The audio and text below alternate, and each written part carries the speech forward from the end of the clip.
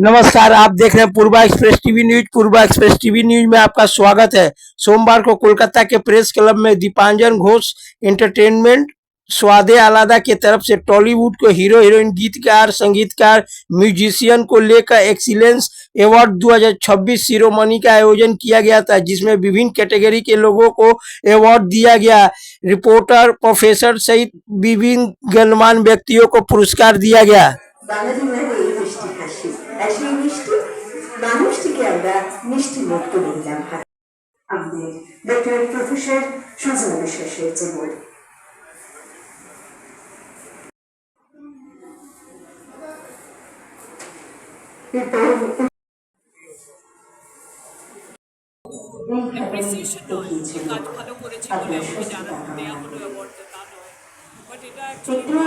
সকলকে অবগত করি যারা দাঁড়িয়ে রয়েছে, এখনো প্রচুর চেয়ার রয়েছে, চেয়ারগুলো গল্পে কান্নাকাটি করছে। আপনারা যদি বসেন তাহলে চেয়ারটা ভালো লাগবে, যদিও চেয়ারের প্রাণ নেই তবু অনুভব করতে পারে। এরপর মঞ্চে যাকে আমরা সম্মানিত করে দিয়েছিলাম, সম্মানিত সঙ্গীত শিল্পী সফল ভট্টাচার্য মহাশয়, আঞ্চলিক জনতার কালী হয়ে যায়। সঙ্গীত শিল্পী সফল ভট্টাচার্য তার সুরেলা কণ্ঠ, সৃজনশীলতা এবং সঙ্গীতের প্রতি গভীর নিষ্ঠার মাধ্যমে শ্রোতাদের হৃদয়ে বিশেষ স্থান করে দিয়েছেন। শিল্প সাধনা বছর এবং বাংলা সঙ্গীত অনেকদিন ধরে গান শোনার চেষ্টা করছি। আপনাদের ভালো মন্দ সেটা তো আপনাদের বিচার্য বিষয়। আমার থেকে অনেক সম্মানীয় কৃতি লোকেরা আমার সামনে বসে আছেন এবং তাদের পাশে আমার নিজেকে বসাতে একটু কুণ্ঠাবোধ হয়, কিন্তু যেহেতু আপনারা আমাকে সেই জায়গায় রাখার অধিকার দিয়েছেন সেজন্য ভালো লাগছে। এবং ভালো লাগছে দীপাঞ্জনদাকে থ্যাংক ইউ দেবো যে আমাকে সবার মধ্যে সেরাতে নেই ঘুম খেয়া দিবর্ষ ফিরেছে মনের গভীরতা, স্মৃতির বাকে প্রেমের ডাকে ফিরেছে আবার সেই কলকাতা, পুরনো শহর জেগেছে আবার নিয়নের আলোয় বলছে কথা। আর সঙ্গে আপনাদের উষ্ণ করতালি।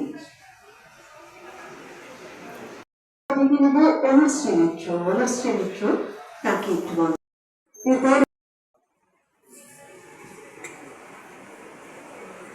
প্রিয় মানুষজন আছে, কীর্তিমাত্রা থেকে শুরু করে আমার প্রিয় মানুষজন, আমার প্রিয় নন্দিনী ভট্টাচার্যের হাত থেকে আমি পুরস্কারটা পেলাম।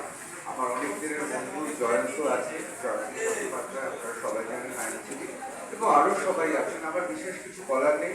দীপাঞ্জন এবং সাদে আল্লাহকে আমি সত্যি কৃতজ্ঞ আমাকে ডাকার জন্য। এই চারিদিকে নক্ষত্রের সমাবেশ এবং সঙ্গে আপনাদের উষ্ণ ভালোবাসার উপর বরণ করে নেব সঙ্গীতা দাস। তাকে মঞ্চে আমন্ত্রণ জানাবো সঙ্গীতা দাস। আর মঞ্চের কাছাকাছি থাকার জন্য অনুরোধ করবো অর্ঘ মিত্র, জয়ন্ত নারায়ণ চ্যাটার্জি মহাশয়, অমিয় সামন্ত এবং পুষ্পম শুভেচ্ছা। ফুলের মতো নির্ভর তার জীবন, কলম করে ধারালো। এরপর অর্ঘ মিত্রকে বলবো উত্তর দিয়ে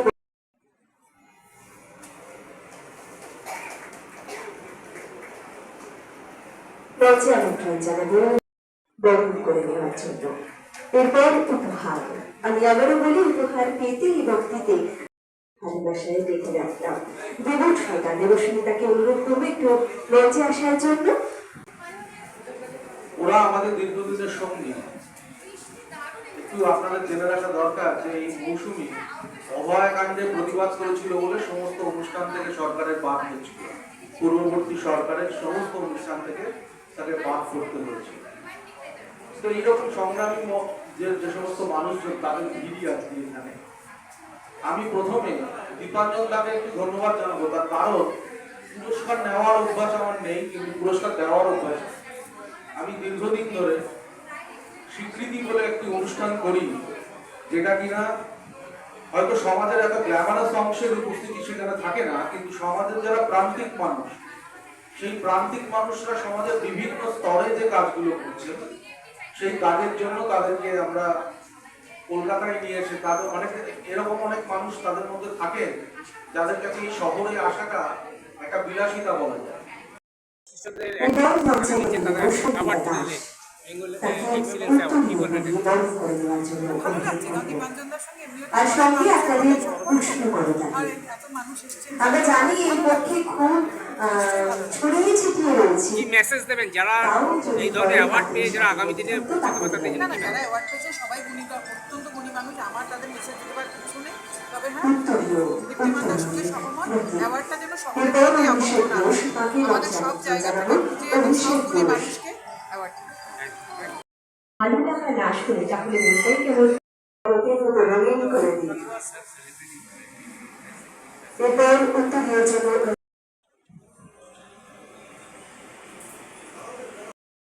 আমাদের মনে এগুলো তোলা থাকতো অভিষেক ঘোষ তার হাতে আমরা আমি না এর সঙ্গে একটা কথা বলবো, পারলে এবার বৈষয়িক একটু আতঙ্কটা দেখবে, ওর যে কি অসাধারণ অভিনয়। হ্যাঁ, কারণ আমার কোনো স্বার্থ নেই ওর পাবলিসিটি করাতে, ও বসেছিল আমি অনেকক্ষণ ধরে ভাবছিলাম বলবো সুযোগ পেয়ে একবার দেখবেন আতঙ্কটার অভিনয়, অসাধারণ, জাস্ট অসাধারণ। আমরা পুষ্পস্তবক দিয়ে বরণ করে দিলাম আমাদের সকলের প্রিয় অভিনেতা অর্জুন চক্রবর্তী মহাশয়কে।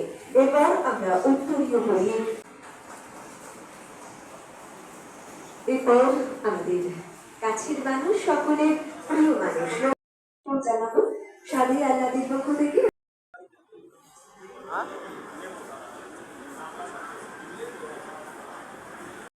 তাতে মিষ্টি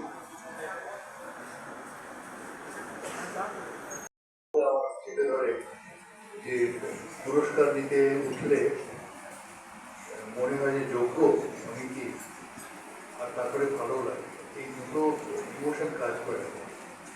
যে খুব ভালো লাগে পুরস্কার, ছোটবেলা থেকে যখন জন্মদিনের অপেক্ষা করতাম যে কারা কারা আমার বাড়িতে আসছে, আমি আবার ঘুরে আসতাম স্বজনকে যে ওই বইটা আমার কাছে নেই, এবারে আমার বই দেবে কিংবা আমার জন্মদিন এটা দেবে। তো আমি ওইভাবে আমার খুব ভালো লাগে পুরস্কার দিতে এবং দিতে। বাংলা সিনেমা দর্শকদের উপহার দেওয়ার লক্ষ্য নিয়েছে সংস্থাটি। এছাড়াও সাদে এবং ওয়েব ভিত্তিক বিভিন্ন মৌলিক কন্টেন্ট প্রকাশ করে ইতিমধ্যে দর্শকদের কাছে বিশেষ পরিচিতি লাভ করেছে। সাদে আল্লাদের লক্ষ্য শুধু ব্যবসায়ী সাফল্য নয়, রেখে দিতে পারে। আরে ক্যামেরা ঢুকছে, দাদা সামনে।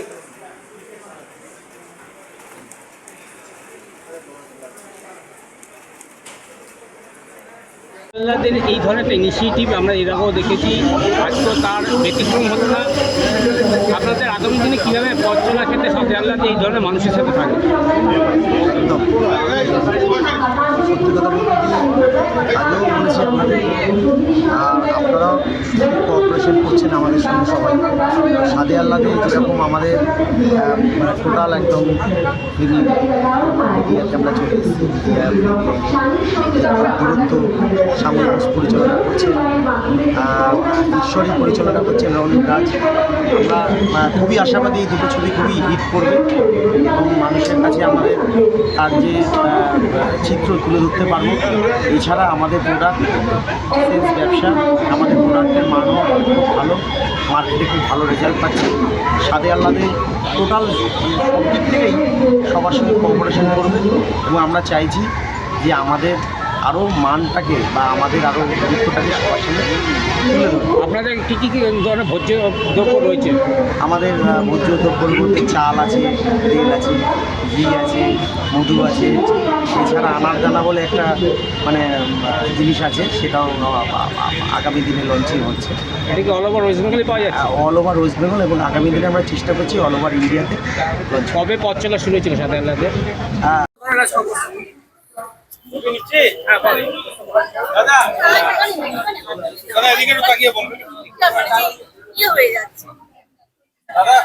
এত পুরস্কার পেয়েছেন কিন্তু এর মধ্যেও একটা আনন্দ আলাদা রয়েছে, আজকে এই উদ্যোগকে কিভাবে দেখছেন? নিশ্চয়ই পুরস্কার পেতে কারণটা ভালো লাগে, বিশেষ করে একজন শিল্পী তার সবকিছু হারিয়ে যায়, পুরস্কারটা মনে থেকে যায়। আর কি এখানে খুব ভালো লাগছে, recognition পেয়েছি। এটা একটা মানে বলতে পারেন ইংরেজিতে বলে শর্টে দাম, মানে উদ্বুদ্ধ করে, একজন প্রেরণা দেয় এই শিল্পীকে আরো এগিয়ে যেতে, আরো কাজ করতে। ভালো লাগে। একদমই। এবং তাতে মনে হয় আরো যেন দায়িত্বটা বেড়ে গেল, যে এই কাজটা যাতে আরো ভালো করে করি, আরো নিষ্ঠা করে করতে পারি, যাতে মানে পুরো মনটা যাতে ঠিকঠাক মন দিয়ে কাজটা করে যেতে পারি, এটাই প্রার্থনা ভগবানের কাছে। এই সম্মানটাকে যাতে সম্মান দিতে পারি সেটার দায়িত্ব মনে হয় এত গুণী ব্যক্তিদের মধ্যে তারা অ্যাওয়ার্ড নিচ্ছে, যেখানে যে মঞ্চে দাঁড়িয়ে সেখানেই দাঁড়িয়ে আমি অ্যাওয়ার্ড নিচ্ছি, এটা একটা খুব বড় পাওনা ছিল আজকের জন্য। Thank you so much surgeon excellence award. Excellent award পেয়ে অনুভূতি কিরকম লাগছে? অবশ্যই ভালো লাগছে। যে কোনো অ্যাওয়ার্ডই মানুষকে ভালো তো লাগে, তার সাথে আরো ভালো কাজ করার একটা মোটিভেট করে। আর আমি বাই প্রফেশন একজন ডাইটিশিয়ান, তো এইরকম একজন গুণী বিভিন্ন সেক্টরে মানুষের মধ্যে আমার সেক্টর থেকে আমাকে যে অ্যাওয়ার্ডটা দেওয়া হয়েছে সেটা আমার কাছে খুব বড় পাওয়া।